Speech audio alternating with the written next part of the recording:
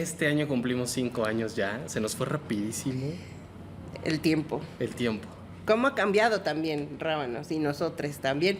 Ah, sí. Desde aquel lejano 2019, Exacto. atravesando por toda una pandemia, Y sí, por nuestros programas virtuales, exacto. Hemos atravesado usos horarios. usos horarios, sí es cierto, también. Usos y costumbres. Usos y costumbres. Exactamente. Casamientos, divorcios. No, ya. No es cierto. No es No, cierto. no es cierto. Eso les pasa por creer en esas cosas. Casamientos sí, casamientos Yo sí. me casé. Agla se casó. Pero bueno, Y pues el día de hoy tenemos un excelente y qué mejor que padrino del día de hoy. ¿Quién es, Betito? Preséntalo, por favor. nuestro padrino de temporada es Juan Manuel Torreblanca, Torreblanca. quien nos ¡Bravo! acomoda. Ya más adelante ya tendremos público para que Sí, el aplauso exacto.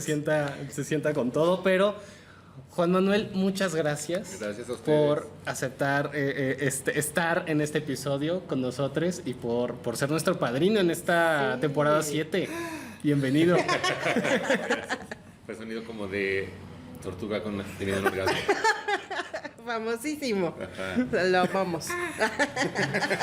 ¿Cómo estás, Juan Manuel? Bien, aquí con nuestras bebidas porque hace mucho calor para quienes sienten calor, Sí. pero a mí me da más bien sed. Sí, no, qué fortuna, de verdad, quiero comenzar. Qué fortuna tienes no sentir calor. Porque yo estoy en plena menopausia. Ya tenemos aquí el clima, pero sí, de pronto nos derretimos. Y bueno, pues estamos nuevamente aquí en Somos Voces, su lugar de confianza, nuestro lugar de confianza que nos vuelve a abrir las puertas para una temporada más de Rábanos Chilangos. Nos están, trajeron nuestro tecito, nuestro Ya, cafecito, nos consienten exacto, mucho. ya en influencers con patrocinador. Exacto. Aquí estamos de nuevo y pues vamos a darle, ¿no? A arrancar con este episodio Por favor. y que nos cuente Juan Manuel todo sobre él. Todo sobre todo, ti. No todo. Cuéntanos, Juan Manuel, ¿es este año que cumples 15 años? Ya de... Uf, no, yo creo que ya fue... O sea, el primer concierto fue en el 2007. 7 años. 7 años. Ya va para 17 años. 17 años. Del primer 17 años, concierto. Del primer concierto. Con canciones propias, sí. Porque el primer concierto pues fue de piano en una sala Chopin, un recital que organizaba mi maestra de piano. Y ese fue hace, cuando mucha gente ni había nacido. Cuando ni siquiera había estos bichos, ni redes sociales, ni nada de eso. Sí, Buenos momentos. Aunque no lo creamos, hay gente que nació después del 2007, ¿no? Sí. Así es. Qué fuerte. Gente que nació en el 2007 ya es puberta casi, ¿no? Sí, pues ya. No, ya. De adolescentes, casi adultos. Ya tienen Casi 16 años, 16, claro. 17. Sí. Sí, claro. Y sí, ciertamente no teníamos esto. Estábamos todos... Bueno, no, sí, o sea, redes sociales como tal, no. En 2007 No. ya estaba MySpace y esas cosas, Bueno, sí es pero cierto. cuando fue mi primer concierto, que fue como en el 1990, o sea, el primer recital de piano, Claro. no, todavía no. Sí, no, ahí sí, no. No, te tomaban fotos, llevaban el rollo a revelar. Kodak. Así es. Kodak y Canon. Exacto. Te preguntaba, ¿qué es lo que impulsa a Juan Manuel a crear? Es una pregunta un poco difícil de responder, porque yo creo que el impulso creativo como que tiene que ver con la personalidad y con la vocación. Y en mi caso, el arte como vocación o como posibilidad de expresión, refugio, desahogo, creatividad, etcétera, siempre estuvo presente, siempre fue un lugar en el que me sentía más cómodo que en otros. Es decir, creo que hay gente que, como mi hermana, que es 3 años más pequeña, que siempre se halló en las matemáticas, en las materias de ese tipo, y no es mi caso para nada. Entonces siento que al principio es como que ¿qué es lo que se te facilita de alguna forma cuando vas entrando? Lo que te jala, ¿no? Lo que para mí, como que yo pensaba, dibujarme resulta muy natural, muy obvio incluso. Disfrutaba mucho leer, afortunadamente eso fue algo que me inculcó mi familia. Y cuando era niño leía cómics y leía de todo, leía también libros como La historia sin fin, Momo, libros como de los que están de moda Claro. para esas edades, y que también porque ves la película de La historia sin fin, entonces yo quería leer el libro, etcétera. Pero creo que hubo un largo camino de dibujo porque es algo que me relaja y que me gusta hacer. Ya lo empiezo a sentir como un proceso creativo más que tiene que ver con mi identidad o con mi lugar en el mundo o con mi expresión. Porque también hay una parte de la creación que es automática, que es un poco como, pues como morderse las uñas, como que yo estaba dibujando todo el tiempo como, como para que se me calmara la ansiedad o la hiperactividad. Y entonces siento que eso también me hizo ser un niño, bueno, o a lo mejor siempre he sido un niño distraído y eso me ayuda a enfocarme, porque pienso que en pláticas que he tenido en fiestas o así con gente de mi generación que seguro les ha pasado, llegas al momento donde empieza a acordarse las personas de, ay, la caricatura tal, ¿te acuerdas no sé qué? Y cuando en Los Simpsons decían no sé qué y bla, bla, bla. Y yo siempre en esas fiestas no me acuerdo de nada. O sea, yo las veía todas, las tenía prendidas a la televisión, pero como estaba dibujando, yo le ponía más atención a lo que yo estaba haciendo que a lo que estaba en la tele. Entonces no tengo buena memoria para esas cosas. Siempre he sido muy introvertido, pero mucho. O sea, al grado de que estoy más como ido en mis pensamientos o en lo que estoy haciendo, que es lo creativo, que a veces poniendo atención a lo que está afuera. Es difícil como tener ese registro de pronto a la distancia de todos estos estímulos que estuvieron como alimentándote, sí, ¿no? De pronto, o sea, sí pasa. Sí, totalmente. Y bueno, tuve también mucha suerte de poder tener clases de piano desde los 10 años y me tardé muchísimo en realmente más o menos adquirir la herramienta de utilizar el piano para componer o para pasar el rato con él, porque era muy mal estudiante, era muy distraído y muy poco disciplinado. Entonces yo estudiaba durante la clase, o sea, hacía la clase y luego quién sabe qué hacía, y pasaba una semana y llegaba la maestra y me decía, no estudiaste nada. Yo ya sé. Me decía, nada más estudias durante la clase. Y avanzaba igual, ¿no? Y me decía, eso está mal porque te confías de que avanzas nomás aquí. Pero ya después, cuando empecé a tocar cosas que me retaban mucho, pero me fascinaban, empecé a estudiar. Y hubo una temporadita en la que sí estudiaba muchas horas al día, que es cuando realmente adquirí la herramienta. Pero no sé si ya me fui muchísimo por una tangente y esto no tiene nada que ver con lo que está. No importa, no importa. No importa. Mira, aquí los tres nos distraemos sí, acá. Exacto, porque te vea. Ahorita volvemos y regresamos. Sí. Pero sí, creo que las cosas que uno va recibiendo en el camino, a veces ni te das cuenta de qué es lo que se vuelve algo formativo y qué es lo que nada más pasa y entra por un oído y sale por el otro. Y creo que la música se tardó mucho en entrar realmente como a mi estuche de herramientas, pero siempre fue una compañía. Entonces cuando ya descubro en la adolescencia, que además es una época muy turbulenta emocionalmente, de descubrimiento, y me tocó en otro momento, ¿no? Que creo que ahorita hay muchos retos que no estaban cuando éramos niños. Hay otras cosas que hay mucha información ahora que antes no existía, pero creo que esta es una súper tangente, pero esa visión como idílica de todo mejora y ahora ya va a ser más fácil porque ya no es tan secreto la diversidad y no sé qué, como que la realidad nos está dando bofetadas de no es tan así, porque hay más información, pero también hay más rechazo y más odio y muchísimo más bullying, y la política está ahorita utilizando la diversidad de género, sexual, etcétera, de identidad, como un arma, ¿no? Para unir a la ultraderecha. Entonces eso hace que se lleven entre las patas a las infancias y las adolescencias, porque en el fondo les da lo mismo. O sea, es chistoso que, o sea, hoy estábamos en la mañana viendo la noticia de que en Argentina están prohibiendo así de mandato presidencial el lenguaje inclusivo, que se me hace una estupidez. O sea, una cosa tan increíble,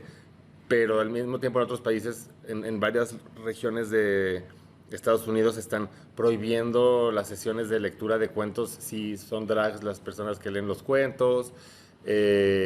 Como que hay muchas posturas que son muy agresivas y que despiertan mucho odio, y esto me hace pensar también en Alabama. Creo que estaban legalizando que a los embriones se les dieran los mismos derechos que a los niños, por el caso de una demanda que hubo.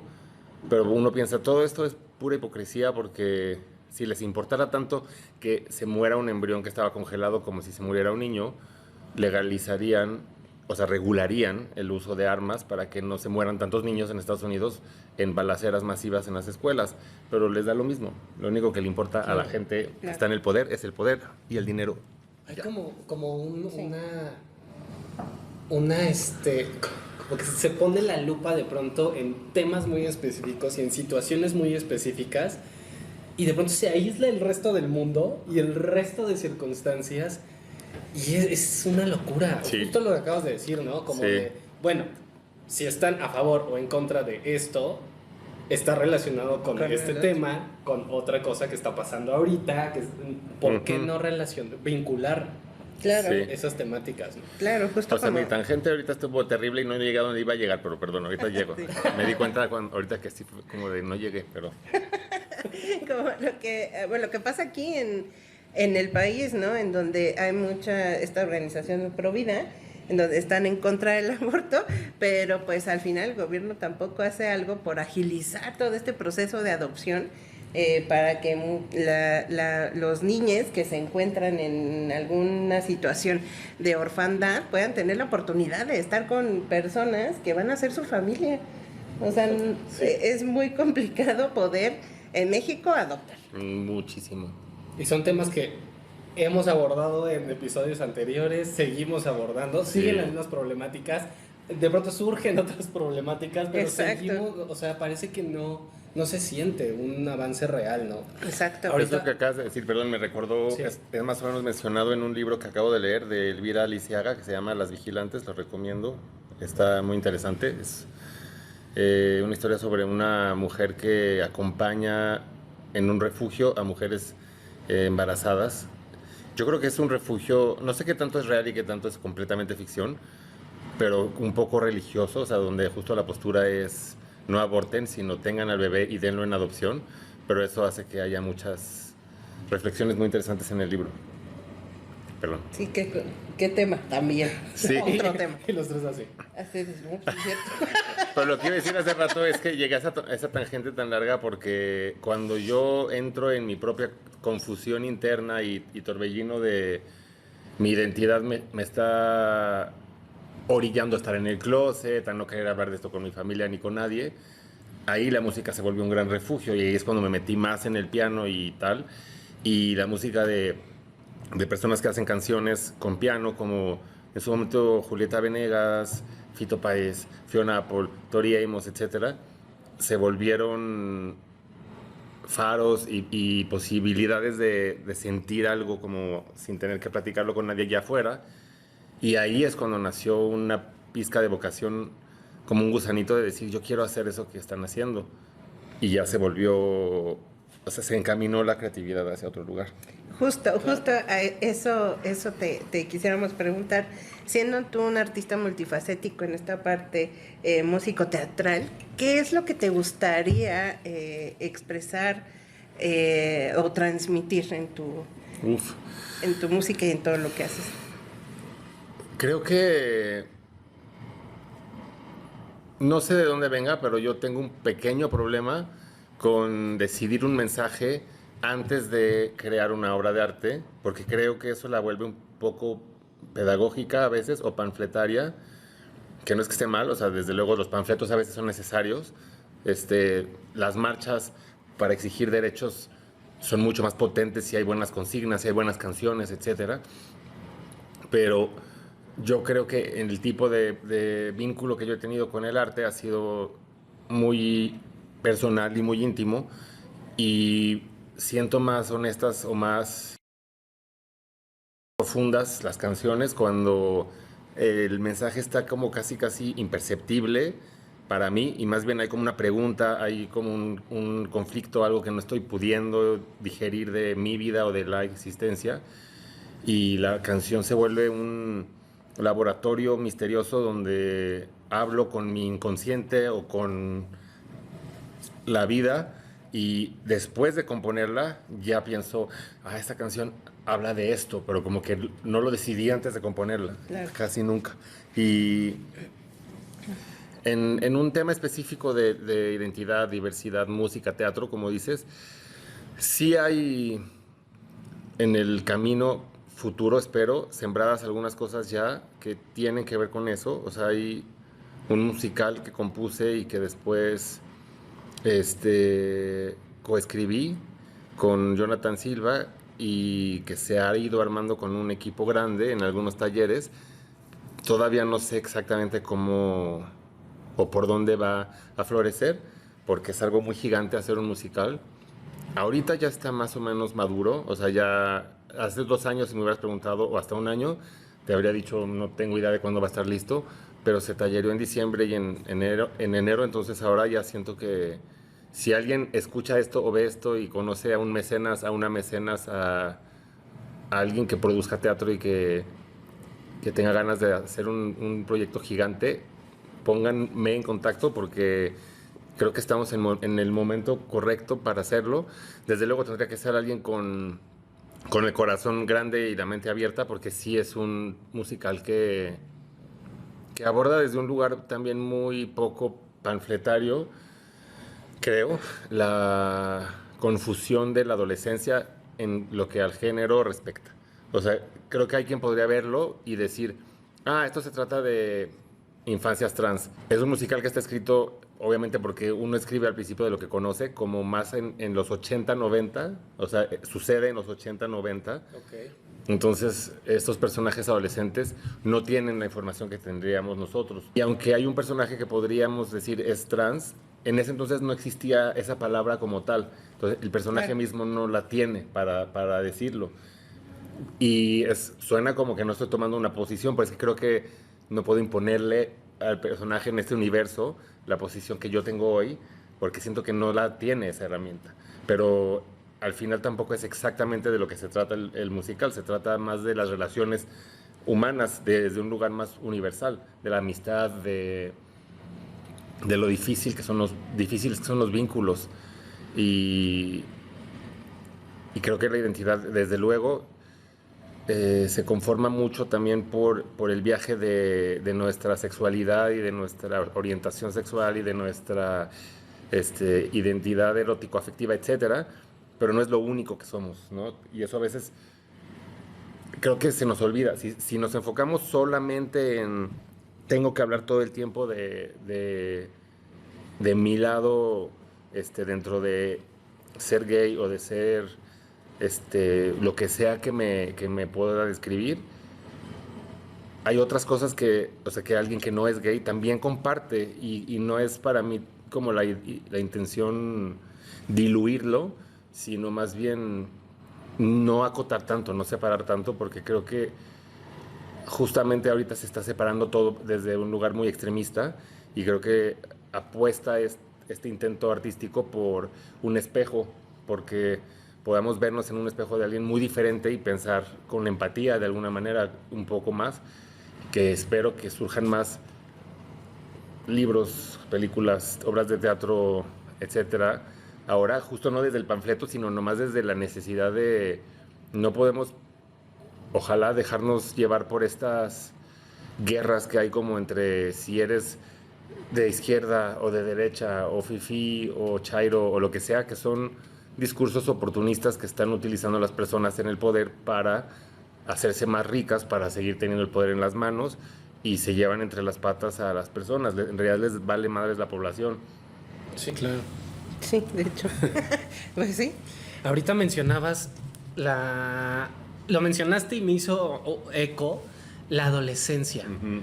El público adolescente. Y de pronto, no sé tú qué pienses, a ustedes qué piensen, pero siento que el público adolescente es un público no atendido como el público infantil. O sea, lo pienso desde el teatro, desde las artes escénicas o incluso desde lo audiovisual, ¿no? Las series, las películas.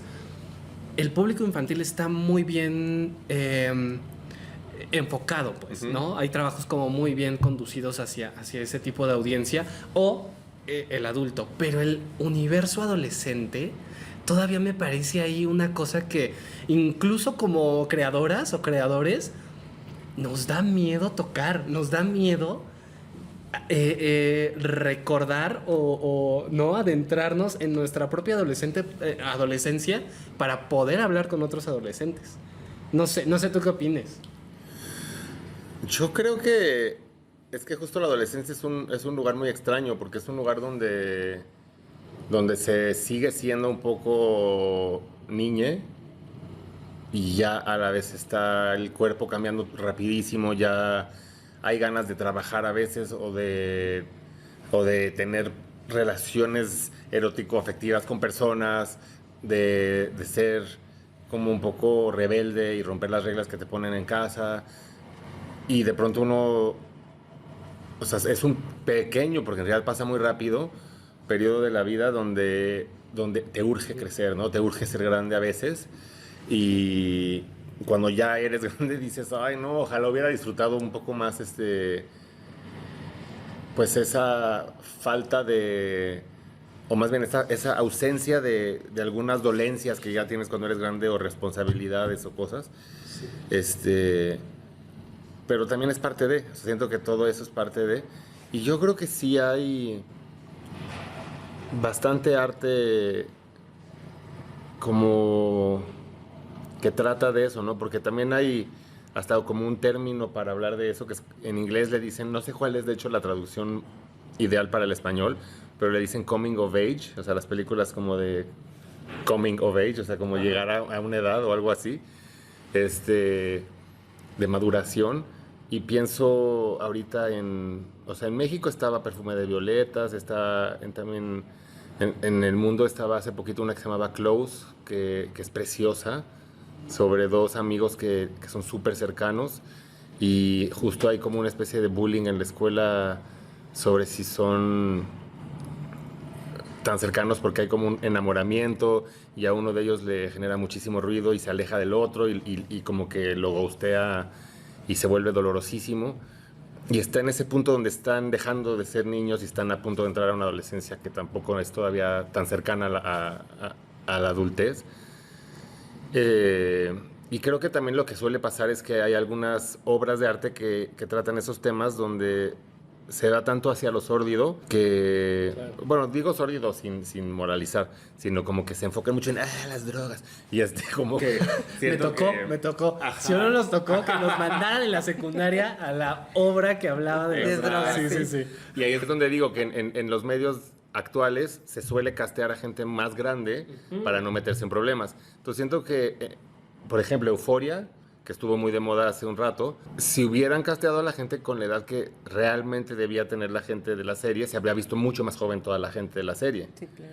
Pero habría sido probablemente mucho más horrible la serie, porque te habría dolido más como ver a niños haciendo esas cosas que estaban un poco exageradas. O sea, como que Euphoria está exaltada. No digo que no pasen cosas tremendas en la vida real, o sea, de hecho la realidad siempre supera la ficción, sí. Pero Euphoria estaba muy enfocada en la telenovela de las drogas y la telenovela de no sé qué, y es como, supongo que para que no sea tan terrible, que eligen a personas más grandes, entonces no se siente como que es una obra adolescente, pero sí es una obra adolescente, ¿no? Creo. Sí, claro, al final. Sí, a comparación, perdóname, comparación de, por ejemplo, en Netflix, Heartstopper, que... Justo iba a mencionar estas series que si bien son temáticas adolescentes, de pronto yo las veo y pienso como...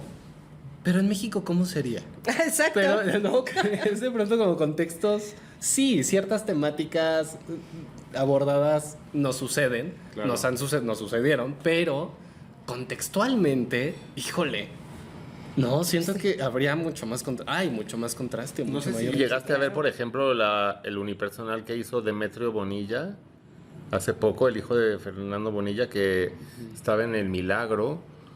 Y estaba bueno, no me acuerdo cómo se llama, tengo muy mala memoria de repente, pero estaba cool porque creo que tiene como 15, 16 años y lo escribió y lo actuaba.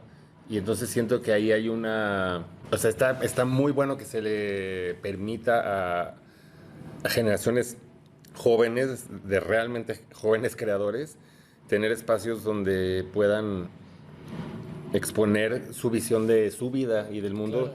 Porque es lo que te digo, o sea, en realidad Demetrio está altísimo, entonces lo ves y como que se te olvida lo joven que es, y es buen actor, pero de pronto sí dices, este cuate hace 5 años era un niño, o sea, hace 5 años estaba... Claro.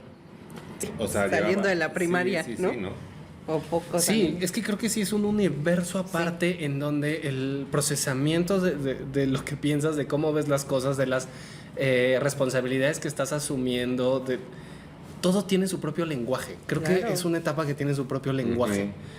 Y de pronto por eso pienso que hay pocas obras de teatro, pienso como que tengan ese espíritu, ese lenguaje particular, Sí. esas temáticas abordadas de esa forma, porque lo que decías, ¿no? Heartstopper o Sex Education, Sex Education. hay un guión evidentemente tratado y, ¿sabes? Como que hay mucha Y hay otro mucho filtro. contexto, o sea, otro contexto de que Sí. en donde están realizadas, ¿no? Sí, claro. O sea, simplemente desde ahí. Exacto. Sí. Sex Ya no Education somos es otro por- mundo. Es Estamos un mundo así. muy, muy rico. O sea, muy rico de que la gente es rica. En Sex Education. Sí, es O sea, es diferente. Sí, es cierto. Sí, es fácil tener esos problemas cuando son tus únicos problemas. Sí, exacto. Pero imagínense en un contexto, tráiganlo a México, o sea, en donde a lo mejor unos chicos enamorándose, en donde uno tiene una familia disfuncional y en el otro, que a lo mejor sí tiene una familia como un poco más conformada, pero imagínense que su mamá Amar te sea- duele. Acabas de describir Amar te duele. Hagan Amar te duele versión LGBT. O sea, estaría buenazo también. Yo pensaba de pronto como qué tan panfletario, como dices, o Sí. qué tan relevante, qué tan importante era hablar desde un punto de vista diverso o de un tema en particular, ¿no? Y me pasó de ¿qué serán? 2 años hacia acá, que decidí entrar un poquito más como a este discurso diverso y abordarlo con gente de la diversidad y bueno, en espectáculos donde hay gente trans, en narrativas que son propiamente diversas, que abordan temáticas LGBT, ¿no? Como me parecía como, te digo, y apenas de 2 años para acá, como importante hablar e importante tener ese referente y que alguien, porque de pronto yo mismo, ¿no? Escuchas canciones y todas son como, si son de amor, hablan de parejas hetero. Y ves historias, ves obras. En mi formación también, todos los personajes que eran parejas heterosexuales. Claro. Y de pronto es como, bueno, ¿y yo dónde quedo ahí? ¿No? ¿Dónde queda lo que yo siento, lo que yo pienso, lo que yo vivo? ¿Cómo no Claro. puede haber, o sea, si yo voy al teatro o veo una película, digo, ahora mucho más, pues también me estoy yendo como muy atrás, ¿no? Si yo voy al teatro, veo una película y no encuentro con quién hacer conexión realmente, desde ahí me empecé a cuestionar como qué tan importante es realmente que esos mensajes se puedan suceder, pues. Y no sé desde la música, tú también qué opinas. Yo creo que es como el meme del iceberg, no sé si lo hayan visto. O sea, que es como un horizonte de mar y arriba hay un piquito del iceberg donde está como lo que es más mainstream, por decirlo. Ajá. Todos mis términos son muy pochos porque uno se la pasa en el internet. En internet muchas cosas están en inglés, pero como más conocido, más popular, más comercial, más fácil de digerir, está arribita, ¿no? Y abajo está todo el pedazo gigante del iceberg. Yo creo que hay... ¿qué pasa, por ejemplo, acá cuando llega el mes del Pride y entonces empiezan a invitar a... Pues que ya no sé ni quiénes, porque como no me importa quiénes son celebridades o no, pero empiezan a invitar a Yuri, por decir, ¿no? Así al Pride.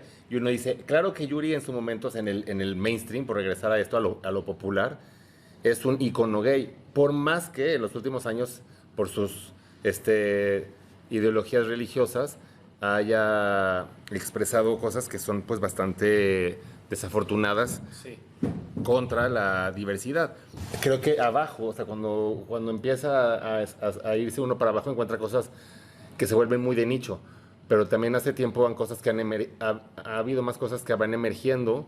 O sea, llegó así a la punta de lo que es más conocido el año pasado, Wendy, ¿no? Con La Casa de los Famosos, que ni me enorgullece ni me no enorgullece, nunca la vi. porque no me interesa la cultura de la celebridad. O sea, sé que voy a sonar muy mamador y muy... pero como que no me divierte, o sea, y me podría volver muy adicto. Entonces, si me hubiera vuelto adicto, porque me vuelvo adicto a lo que sea, yo me hubiera odiado mucho a mí mismo. Si hubiera estado todo el día pegado a la casa de los famosos, me habría caído todavía peor de lo que ya me caigo, entonces ni siquiera lo vi ni una vez.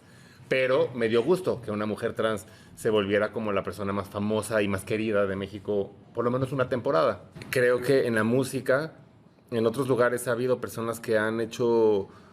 bueno, aquí también, pero que han hecho desde hace muchos años una producción donde ya no esconden historias que son diversas.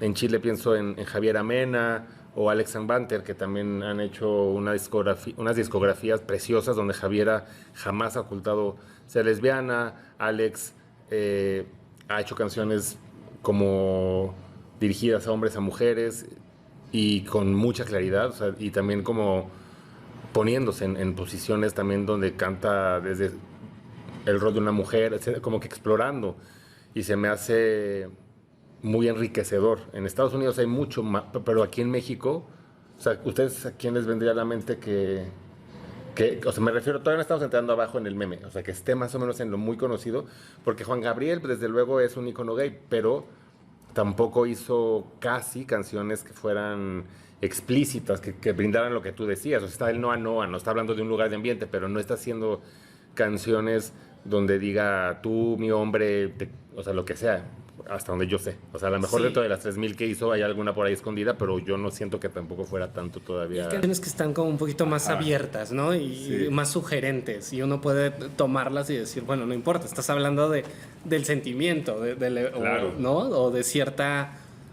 O te cuenta una historia que no necesariamente tiene género. Sí, sí, Sí, sí, sí. exacto. O que incluso por la misma, el estereotipo das por entendido, ¿no? Como esta chica española Rosana, si no me Sí, equivoco. sí, sí. O sea, por el estereotipo dices, como que mi gaydar. Ahí estuvo. Le está cantando un amor. Sí, sí, sí. Exacto. Hasta mi gaydar con Rosana desde que Sí. Sí, Hay una claro. canción de... Ay, creo que era de Rocío Banquels. No me acuerdo cómo se llama. A ver si ustedes se acuerdan. Una canción que habla de que ella, o sea, anda con un chavo y le empieza como a reclamar o señalar como cosas raras que hay entre ellos.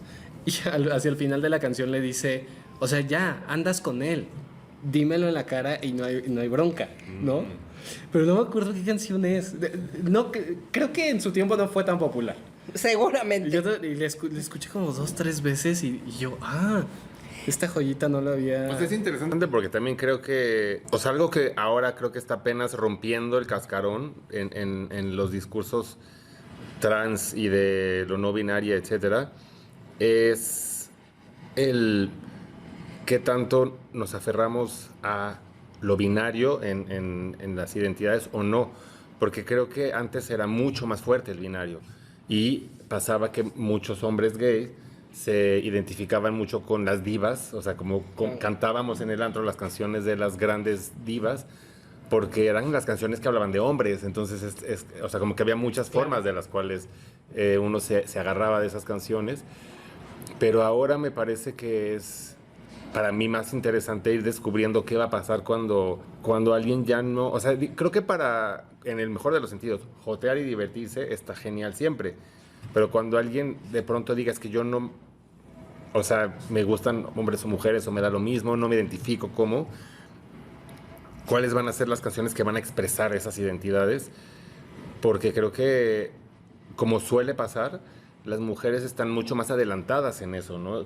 Creo que con Rosana pasa eso que a lo mejor nuestros gaydars infantiles o adolescentes decían, algo me dice que esta chica no le está cantando a un hombre, o no le está pero tampoco necesariamente dices, ella es un hombre. O sea, Claro. hay como una cosa más neutral y más sutil que a lo mejor por el machismo y que la identidad masculina suele ser tan violenta cuando se anula, por decirlo de alguna forma, esa identificación, el paso hacia me identifico con mujeres se siente mucho más violento. Y cuando una mujer no se expresa de una manera heterosexual, como que es más invisible siempre, que pasa lo mismo en En los casos de identidades trans, las identidades de mujeres trans son mucho más visibles para cualquier persona que los hombres trans. Los hombres trans muchas veces hay gente que ni siquiera sabe que existen o que nunca se dan cuenta si alguien es hombre trans. Claro. Sí. Sí, exactamente. Y es que continuando con lo de la música, hay un par de canciones, no sé si las han escuchado. Una es de Pimpinela, que no tiene mucho, o sea, de tener unos 3, 4 años. ¿En serio? Más o menos. ¿Es una canción nueva de Pimpinela? Sí. Pónganme, Rabanito, ¿cómo se llama la canción? Porque no me acuerdo. El video justamente es de una pareja. Pensé que ibas a decir, pongan el video. Y ahí hacemos el corte. Ya, perdón. Es una cena con 2 parejas en donde la cantante de Pimpinela como que empieza a ver algo raro con el marido y piensa que la está engañando con la esposa del amigo. Ajá. Se va desarrollando toda la Ya. historia y al final se da cuenta que con quien le está haciendo infiel es con el amigo, o sea, su esposo Ok. con el amigo. Y también Oh my hay God. otra, está una novela ese video, Sí. y hay otra canción que se llama Ese beso de Edith Márquez, que es muy parecido en donde Edith Márquez se da cuenta que su novio, su esposo, le pone el cuerno con otro chico y ella los ve besándose. Bueno, a ver. también. Ok. Pero, o sea, justo pienso como, están volviendo como al asunto binario. Sí, ¿no? sí, Nos cuesta totalmente. mucho sacudirnos ese melodrama. Sí, Nos totalmente. cuesta demasiado. A mí me interesa encontrar más canciones que digan otras cosas. Y yo creo Claro. que, o sea, yo por eso amo mucho a Fiona Apple, que en la pandemia sacó un disco precioso que se llama Fetch the Bolt Cutters, que es algo así como traigan el perico ese para cortar las cadenas que me tienen atrapada.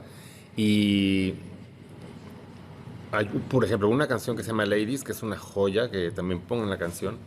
Y donde de alguna forma está abogando por eliminar esta mitología donde cuando un hombre empieza a salir con otra mujer, lo que la mujer anterior tiene que hacer es odiar a esta nueva mujer, como si fuera su enemiga o la que le robó al hombre, sin importar si hubo infidelidad, entre comillas, o lo que sea. Ella está hablando de una empatía con estas otras mujeres, reconociendo también como que cuando llegó ella a la vida de ese hombre, antes había habido otras mujeres. O sea, lo hice de una manera entre metafórica y muy directa, porque dice, había un vestido en el closet cuando yo llegué a esta casa que nunca me quedó muy bien, pero yo creo que a ti sí te va a quedar bien, entonces no lo tires, póntelo cuando llegues.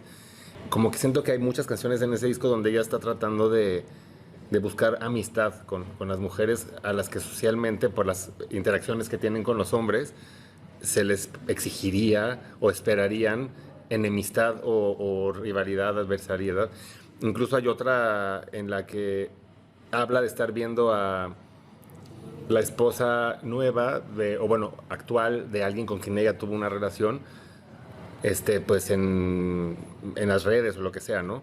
Y no importa tanto quiénes sean en realidad, creo yo, sino más bien como el arquetipo que ella está construyendo, donde ella dice, veo cómo te ignora, cómo te rechaza en esa situación social como me lo hacía a mí, y eso me hace enamorarme de ti.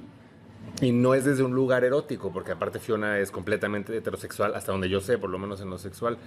Pero se me hace muy interesante que ponga sobre la mesa como este tipo de sensaciones o emociones de las que casi nunca se hablan, de cómo Claro. puedes tú decir, yo reconozco por lo que tú estás pasando, porque yo estuve ahí, y eso me hace amarte, me hace... Y sé que nunca vamos a poder ser amigas, sé que nunca te lo voy a poder decir. Se me hacen muy interesantes estas nuevas canciones que dicen cosas que siento que son cosas de las que no se ha hablado tanto. Ese nivel de empatía, ¿no? Con Sí. la otra. Claro, genuina, ¿no? Genuina, Además, claro, empatía porque genuina. justo como dices, o sea, estamos acostumbradas a odiar a la ex, a la nueva, a las anteriores parejas que ya nada tienen que ver, ¿no? Que son los discursos machistas, ¿no? Justo. Y patriarcales. Y sí, o sea, creo que si bien la experiencia propia de pronto se vuelve postura, se vuelve discurso, qué interesante, como decías Juan Manuel, ¿no? Las mujeres como que siempre van en ese asunto un paso adelante, y me parece bien interesante que justo quienes estamos, no siempre y no en todos lados, pero quienes habitamos en esa periferia, por supuesto que tenemos un discurso particular a partir de las experiencias que vivimos, una postura y una perspectiva, ¿no? de ese centro, digamos, hegemónico. Exacto. Y nos llevamos también cosas para pensar, como en la temporada pasada. Sí, para esto, ¿no? Este ejemplo que dabas de Fiona. Claro, estás escuchando, estás sintiendo, estás leyendo una empatía genuina. A mí me parece que es eso es lo que se siente. Decía una maestra de dirección, mi sensei de dirección, me decía, la propuesta escénica es tu visión del mundo, la visión que tienes como director del mundo, de ese texto o de ese universo que estás abordando, en la cual tú te estás introduciendo. Es la forma en la que tú lees ese tema.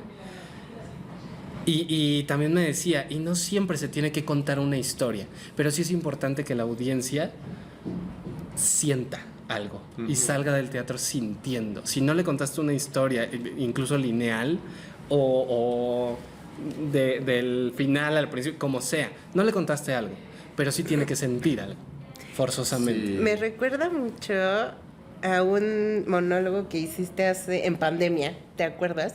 Sí.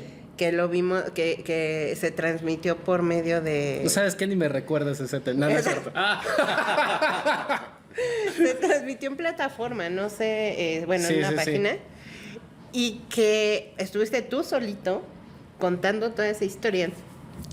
Y cuando terminó, te mandé un WhatsApp y te dije, terminé siendo un hombre homosexual.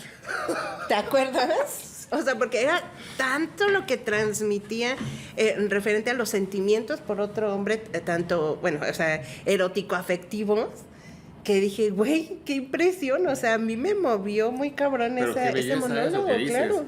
Porque creo que vuelves un poco a lo que para mí es ideal en el arte, que es conmover a lo universal que hay adentro, porque siento que a ti no te conmovió porque en el fondo tú tengas un hombre homosexual adentro, sino porque hubo algo en esa experiencia erótica del deseo, de la historia que tú transmitiste, que también es universal y que tú pudiste empatizar con ello y decir, entiendo cómo se siente, entiendo esa pulsión, aunque en mi vida cotidiana, en mi realidad, yo no la tenga. Yo no la vivo, exacto, y no la tengo. Fue maravilloso.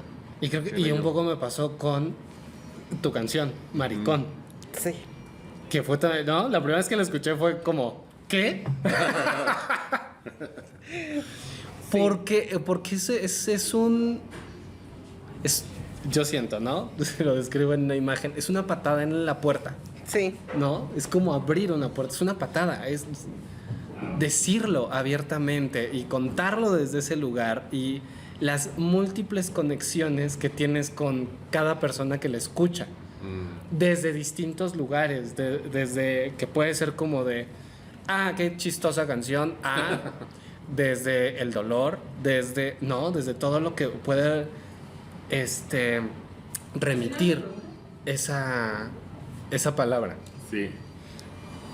Y también, ¿sabes qué? Es completamente la apropiación, ¿no? O sea, la apropiación de una palabra en donde hoy por hoy, hay gente que lo ocupa para cometer muchas atrocidades, desde hablar de forma despectiva, peyorativa, a más, ¿no? O sea, y esa apropiación que haces en la canción es maravillosa. A mí me encantó también. Muchas gracias. ¿Cómo llegaste a ese punto? Seguramente te lo han preguntado muchísimo y... No, o sea, siento que esa fue una canción que Más bien yo lo que me preguntaría hoy es por qué me tardé tanto en intentar hacerla. Pero el camino es muy enredado y muy largo. O sea, como que técnicamente la melodía y la armonía ya estaban por ahí, tenían otras letras, que eso me pasa con muchas canciones, que empiezo creyendo que se trata de una cosa y luego no la termino y se queda por ahí.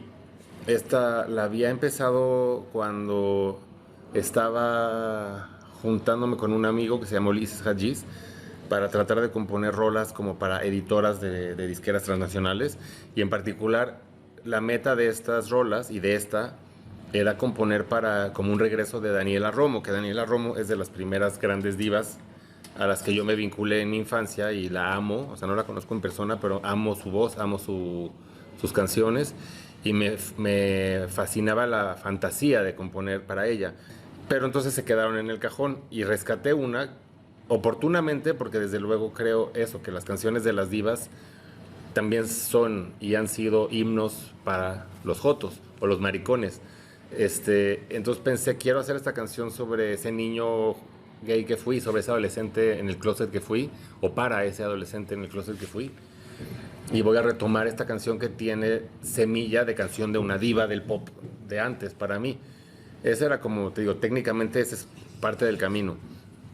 Y componerla fue muy difícil, es como de las 2 o 3 canciones que más me ha costado componer, porque sí creo que hay muchas trabas cuando te da tanto pudor y tanta cosa como entrarle a un tema. Y también a veces cuando me acercaba a tratar de componerla se volvió una canción muy enojada, y tampoco quería que estuviera tan enojada, y cuando me acercaba a tratar de componerla se volvía muy trágica o muy triste, y tampoco quería que fuera tan triste. Entonces como que lo intentaba y le buscaba por dónde. Me encontré un libro de Gabriel J. Martín que se llama Quiérete mucho, maricón, y lo leí y ya estaba en el proceso, y cuando leí el libro encontré muchas claves, y a través del lenguaje con el que él construye este retrato pues de lo difícil que es crecer con una identidad diversa en estas sociedades, en este mundo, y los estragos que a veces nos provoca. Siento que se volvió un poquito más descriptiva la canción, no tan enojada, no tan trágica, y ahí encontré un tono que me parecía íntimo, pero menos terrible. Y de cualquier forma había distancia, cuando la iba haciendo y todo, yo sentía que había distancia. Una de las metas que yo tenía, que no la logré, porque esa no la he logrado nunca, creo. O sea, yo pensaba, ¿dónde viven las canciones de la diversidad? Principalmente, o sea, en el mundo exterior, o sea, cuando no sé nuestros audífonos, en los antros también, ¿no? Entonces yo pensaba, quisiera hacer una canción que pudiera vivir en un antro gay, o sea, que pudiera ser bailable. Pero también soy tan barroco y tan enrevesado, como pueden observar en lo mucho que me tardo en responder una cosa, que no es del todo una canción tan bailable porque es muy, muy densa. Pero sí, más o menos tiene un alma festiva, o sea, sí tiene como ritmo, sí tiene ese lustre, ¿no? Esa capa de brillo plástico que deben tener también las canciones de pop. Entonces, ya lo último que diría es, como que no me di cuenta de lo... O sea, fue un proceso muy gozado, eso sí, o sea, y muy difícil también. O sea, hay miles de cosas que poder platicar del proceso de esa rola, pero no me di cuenta de lo mucho que también me daba miedo, y que me sigue dando como que pensar esa canción, hasta que se publicó, curiosamente. Es la primera vez y la única vez que me ha pasado que publico una canción, o sea, que ya está, ya sale al mundo y ya está en las plataformas, y cuando la escucho por primera vez me hace llorar. O sea, rarísimo, porque no me había hecho llorar mientras que la hacía, no me había hecho llorar cuando la escuchaba en la mezcla. Me tardé muchas horas mezclándola, pero días. O sea, fue muy difícil lograr que sonara todo el chingo de cosas que tiene, que sonara acomodado. Pero cuando la escuché en mis audífonos y supe que ya estaba allá afuera, me dio sentimiento y lloré. Y siento que fue algo inexplicable para mí. Muchas de las canciones, eso creo que lo comparto con Fiona, digo, tal vez porque es de mis faros. Ella dice que sus canciones son como, le dicen en inglés, pep talks para ella, que eso significa algo así como charlas de motivación, o como de darte ánimos. Y creo que Maricón es un poco eso para mí, o sea, porque obviamente el decirme quiérete mucho no es magia, o sea, no es como cuando dices me siento triste y alguien llega y te dice no estés triste, y dices ay, ya se me quitó. A ver, gracias. Sí, o sea, si yo hago una canción diciendo quiérete mucho, probablemente es porque me doy cuenta de que no no me quiero tanto. Claro. Y eso es triste, pero creo que experiencia de crecer sintiendo que estamos mal, que algo de lo que nos conforma es un error, hace que nuestro amor propio se dañe un poco, ¿no? A veces. Sí. Y es una canción que sin duda sí tiene un sabor particular, ¿no? Por supuesto. Sí. ¿Tienes alguna pregunta que te gustaría que te hicieran?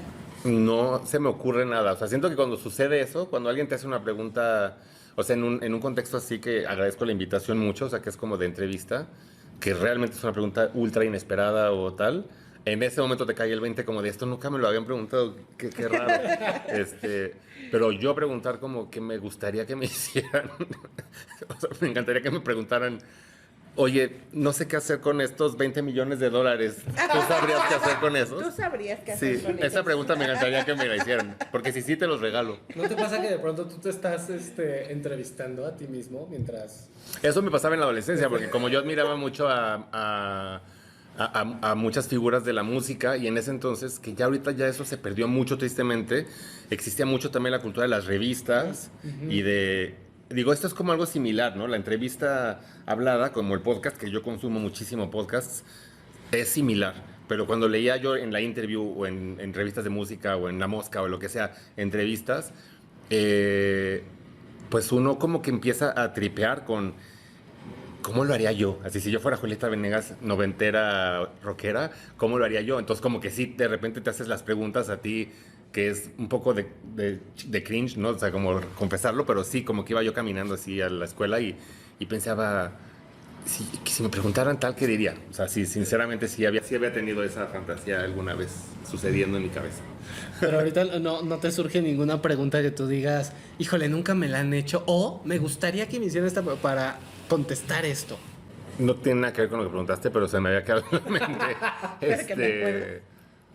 O sea, hablando del teatro, que a mí se me hace muy fascinante y que ahorita es una de las cosas que me obsesiona, pienso que estamos, como sociedad, quizás podría decir, como muy educados hacia la narrativa, como en el sentido de que las cosas tienen que ser, por decir, aristotélicas, o por decir, como que pasa una anécdota, pasa una fábula, pasa una trama que es muy fácil de explicar. Casi todo el arte comercial es así.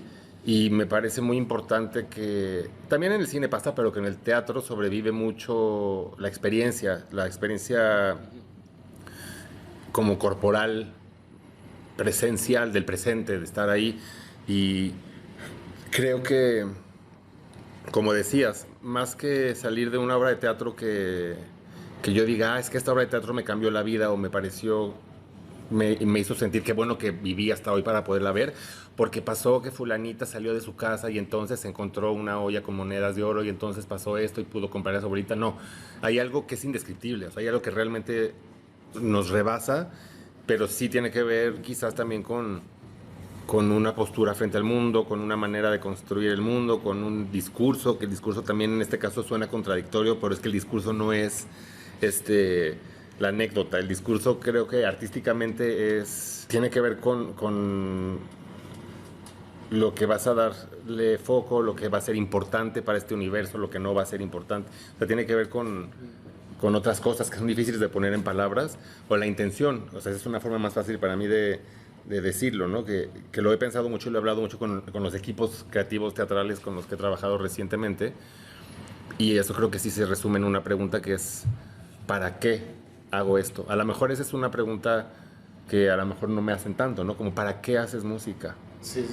Y ahí es donde llegaría ahorita. Como, siento que cuando ves una obra de teatro que te produce repulsión, no necesariamente me refiero como de que sea asquerosa, porque a veces cuando el arte es asqueroso es maravilloso, sino repulsión como como ética, o como, ya sabes cómo, puedes decir, es que esto se ve que se hizo para atraer mucho dinero, para atraer mucha gente, o para que sea un panfleto de ultraderecha, o para lo que sea, ¿no? Como que, o para que sea pedagógica en tal o cual sentido, y de pronto hay obras que están hechas para conmover, para sensibilizar, para cosas que son más sutiles de explicar, y esas son las que son muy valiosas, aunque no se entienda la trama. O sea, desde luego también siempre están las catedrales del teatro donde igual se está contando una historia gigantesca. O sea, de pronto Otelo de Shakespeare, sea quien sea Shakespeare, es una obra que como casi ensayísticamente dice muchas cosas del racismo, de los celos, obviamente, de los vínculos humanos. Es dolorosísima. Pero justo creo que lo hermoso de obras como esas es que tienes una experiencia en presente cuando las estás viviendo, no necesariamente lo que le vas a contar a tu tía cuando te diga, ay, ¿qué tal estuvo la obra? Y le digas, pues bien, se trataba de un moro que no sé qué. O sea, sí.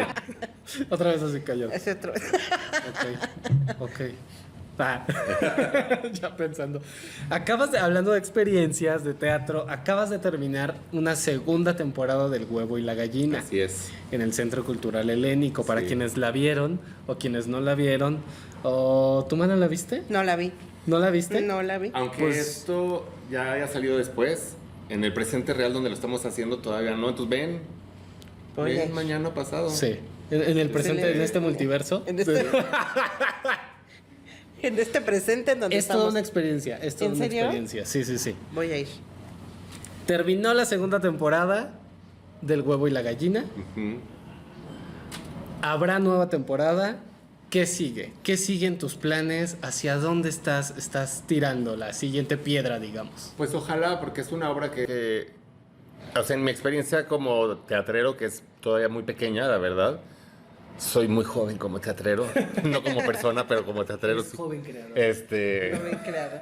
No tengo tanto esas experiencias de tener una obra que está viva, ¿no? Por decirlo de alguna manera, que es donde todavía, tú ya lo has vivido, como que hay temporadas donde de repente si pasa muchísimo tiempo entre una y otra, es como de, ay no, tenemos que volverla a ensayar y volvernos a aprender y volverla a no sé qué y remontar. En cambio, si está muy reciente, es mucho más fácil. Sí. Entonces me encantaría que hubiera otra temporada pronto para que fuera como nada más conectar un eslabón con otro de la cadena y que siga teniendo su vida. Al mismo tiempo es una obra dura, difícil, densa. Alaciel Molas, que es la actriz, que es una gran actriz y que ha sido una Está genial. colaboradora espectacular, entrañable, generosa, misteriosa, dice que cada temporada la envejece 10 años. Y pues sí, eso, así se lo creo. A mí un poquito también, porque como productor independiente, coproductor, codirector, que acabas siendo chofer, a veces cargas cosas, llevas los props, maquillo a la ciel, o sea, como que uno se encarga de muchas cosas que hacen que el día de función estás trabajando para la función desde que te despiertas hasta que te vas a dormir.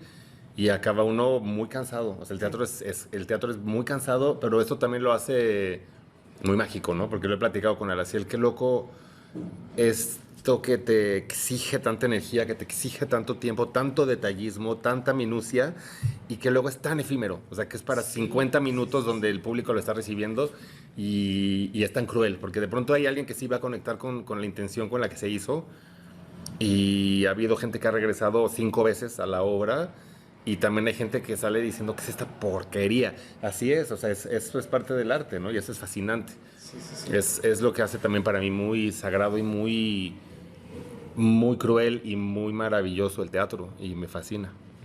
¿Qué sigue? ¿Quién sabe? O sea, hablaba hace rato del musical. Tengo muchísima música puesta en el congelador porque ahorita no entiendo a la industria, por llamarle, de la música. Vuelve a tu mente la pregunta, ¿para qué? ¿Para qué? ¿Para qué? Porque al final hay un punto en el que de pronto es también muy personal. O sea, a veces hacer una rola es algo que sí se queda en tu proceso catártico. Yo sí creo, por otro lado, desafortunadamente o afortunadamente, que el arte no se completa del todo hasta que no se comparte. No importa, sacamos primera y segunda parte de esta entrevista. Siempre se puede. Siempre se puede. Rabanitos. Antes de que nos vayamos por otra tangente, déjenme anunciarles, porque cada lunes aquí en el episodio de Rábanos Chilangos vamos a anunciarles la cartelera de Somos Voces para que también se echen una vuelta a todas las actividades y los eventos que tienen. Esto sí lo voy a leer porque no me lo aprendí de memoria. Lunes, o sea, hoy, 11 de marzo, prácticas públicas Vogue con House of Creaturas, 4 p.m. Aportación voluntaria. Grupo Somos Comunidad con Caleb Ávila a las 6 p.m., 30 pesitos. Grupo Poliamor con Cristal, 6 p.m., 50 pesitos. Tarde de juegos. Eso, ¿cómo es?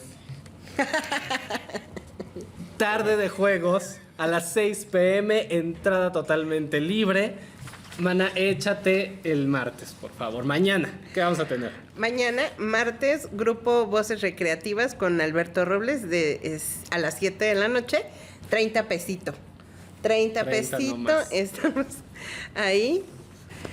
Ya. Miércoles 13 de marzo, tardes de juegos a las 6 de la tarde. La entrada es libre, todos los martes tienen martes de juegos. Altamente recomendable si quieren pasar un ratito muy ameno. Ay, yo siempre he querido venir a la tarde de A la juegos, tarde de pero juegos. ¿Te ayudó? como me enojo mucho, voy a terminar aventándolo. Te pierdes en el Monopoly y es como, ya no quiero. Y avientas No, todo. luego tienes que ir a un grupo de manejo del enojo. Que ahí seguramente Que seguro lo vamos a encontrar. miércoles después del Seguramente. juego, me enojé. O lo puedes abrir tú. Exacto. Jueves 14, grupo APPA, apoyo a personas con problemas de adicción a las 7 de la noche, 50 pesos. Después, Dragchillerato con Somos Drag a las 6 de la tarde. Para la maquillada. Bueno, más bien, esto está acomodado extraño porque supongo que Dragchillerato es antes, a las 6, y después es el grupo, pero bueno, deben suceder en espacios simultáneos. Pero es aquí mismo. Tú Ajá. llegas antes y ya ves que te tocó. Exacto. El viernes 15 es viernes de cabaret de Somos Voces con Empoderarte. 100 pesos la entrada a las 9 de la noche. Sábado 16, impro contra stand-up a las 8 p.m., 150 pesitos. El Y domingo, por para último, cerrar la el semana, domingo, porque Somos Voces a partir de este año abre Ya. nuevamente los domingos. efectivamente, tienen horario especial. Y el domingo 17, el taller de canto con Deli Zárate. Mira, taller, voy a venir a ver qué puede salir de esta garganta. Echarte un palomazo. Exactamente. A las 12 del día, 40 pesitos. Ah, mira. Y por último, el grupo Bostons.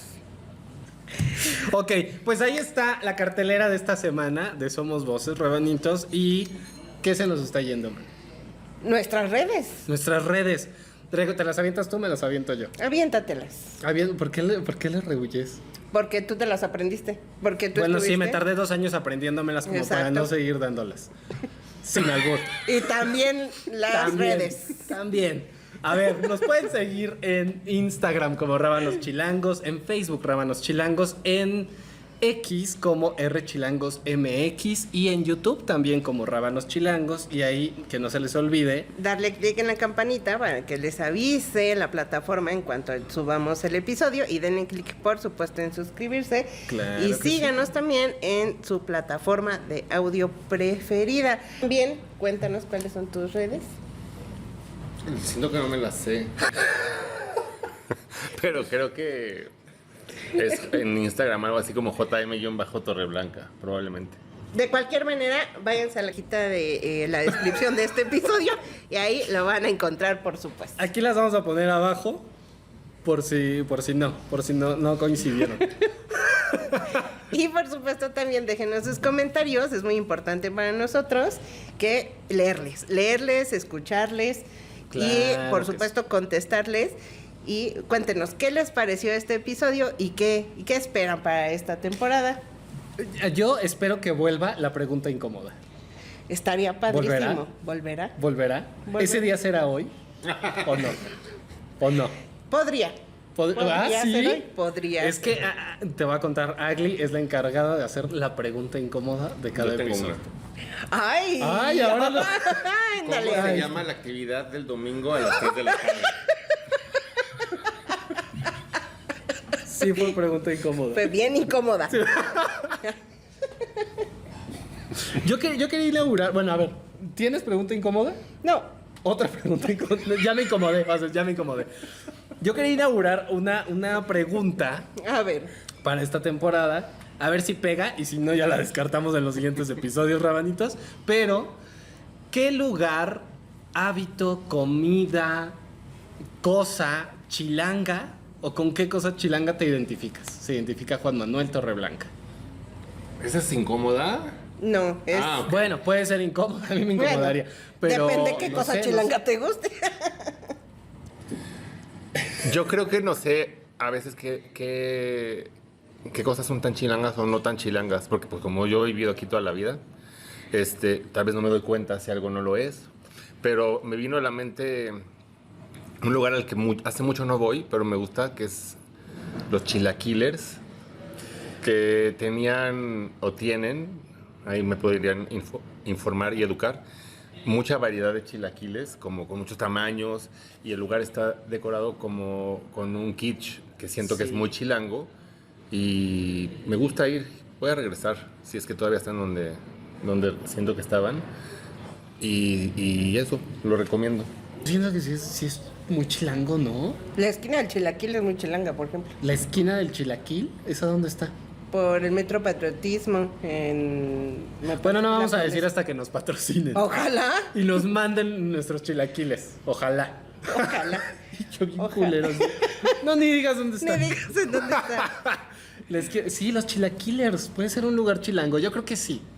Yo creo que Siento sí. que sí, o sea, siento que tiene esa cosa como medio inventada que yo tengo, o sea, como que la música siempre me gustaba mucho la que estaba puesta, tenían como discos ahí, como es como artsy, fartsy, pero muy rico, o sea, te digo, si la intención es que sea un poco incómoda, pues sí, es como, hay algo de identificación ahí, que eso siempre es Esa fue la incómodo. pregunta chilanga, ¿no? La pregunta Ah, ok. chilanga. Y la pregunta incómoda podría Vamos a ser... inaugurarlo, sí, como la pregunta chilanga. Exacto. Y la pregunta incómoda será, a ver, ¿cómo le gusta dormir a Juan Manuel Torreblanca? Es un poco incómodo a veces porque me gusta solo. O sea, como que sí va muy en contra de los ideales del amor romántico, pero casi solo puedo dormir solo. Y me gusta dormir mucho. Necesito que haya mucho silencio, mucha oscuridad. Y luego siento que soy como un gato o perro, así que como que hace bolas todas las cobijas y acaba haciendo como un nido y me duermo en mi nido. Y la otra persona en el suelo. En el suelo. Que se vaya. Que se vaya. Imagínate. Después de la caricia, bueno, y te pido un Uber. Exacto. Eso para mí es lo más romántico que existe. Así, si quieres ganarte mi corazón, lo que acabas de decir es como la cita perfecta. Me encanta. Así, bueno, ya me voy. Así, bueno, con Bueno, permiso. con permiso. Con permiso. Fue un te cierro placer, la ¿eh? puerta. Ay, fue un placer, mucho gusto. Mañana desayunamos. Así. Mañana vengo a desayunar. Exacto, pero hoy duerme solito. ¿Y qué más, mana? ¿Qué más? Ya Ya. nos tenemos que ir. Vámonos, ya, porque- viene el grupo Bochetones y nos tenemos que ir de aquí. ¿Qué más, ¿Ya? ¿qué más ¿Es tenemos? todo? ¿Es todo? No, También tenemos podría ser un Bose regalito. Tones. Ay, por supuesto, Bose tenemos... Tones. Una sorpresita, un regalito. Y no, Yo no puedo. ya no Nada. te Ya no Te puedo. tenemos una sorpresa, Ah. un regalito. Qué nervios. Tenemos un regalito para ti de Tenemos un nuestros regalito queridos amigues de Maquixtia, Sí. en donde también les vamos a dejar las redes. Como y si saliera de como- una plataforma. Exacto. Esperemos te guste muchas y gracias. la disfrutes mucho. Que la abra y se la ponga. Que la abre y se la Que ponga. la... Y aquí tenemos a Daniela Romo. No, no es ¿Es una vela? Es una velita. sí. No. Huele delicioso a canela. Canelita y harto color. Me encantan las velas. Muchas gracias. Maquixtia quiere decir Soltar. soltar. ¿Qué soltaría, Juan Manuel? ¡Qué fuerte! Soltaría la culpa. La culpa patológica. Malvada. Pues cuando prenda esa velita, ahí estará. Sueltas. Estará. Pues muchas gracias, Juan Manuel. Un Gracias. placer. Gracias. Qué rica plática. Sí, perdonen por las risas, pero es que tendrían que haber estado aquí. Nos divertimos. Hubo mucho. ataques de risa y esos no sé si son tan chistosos de escuchar, pero Tal vez no. nosotros sí nos reímos mucho. Y que lo esté escuchando así nada más. Así. Las risas así silenciosas. ¿no? Pero nos divertimos muchísimo, reflexionamos, nos fuimos varias veces, regresamos. Nos encontramos, perdimos. nos perdimos. Pero fue un primer episodio de esta 7ª temporada muy rico. Muy rico. Muchas gracias por apadrinarnos esta temporada. Qué felicidad. No, Y gracias a muchísimas Somos gracias. Voces. Qué bonito lugar. Sí. Sí, muchas gracias también a Somos Voces. Juan Manuel, muchas gracias nuevamente. Y por supuesto aquí tienes tu espacio siempre para poder platicar, para poder difundir también. Y pues nuevamente, gracias y que estemos nuevamente juntos. Gracias. Vámonos. Bravo. Vámonos, esto ha sido todo por hoy. Se acabó lo que se vendía. Bajen la cortina y apaguen el anafre. Vámonos. Vámonos. Ay, espérate. Besazos. Sí, es cierto. Y por supuesto también besos, abrazos, apapachos y agarrón de nalga consensuados. Y les mandamos harto beso hasta lo más hondo y profundo de sus canciones. Ay, qué bonito. Qué hermoso. Besitos, rabanites. Nos vemos. Bye. Adiós.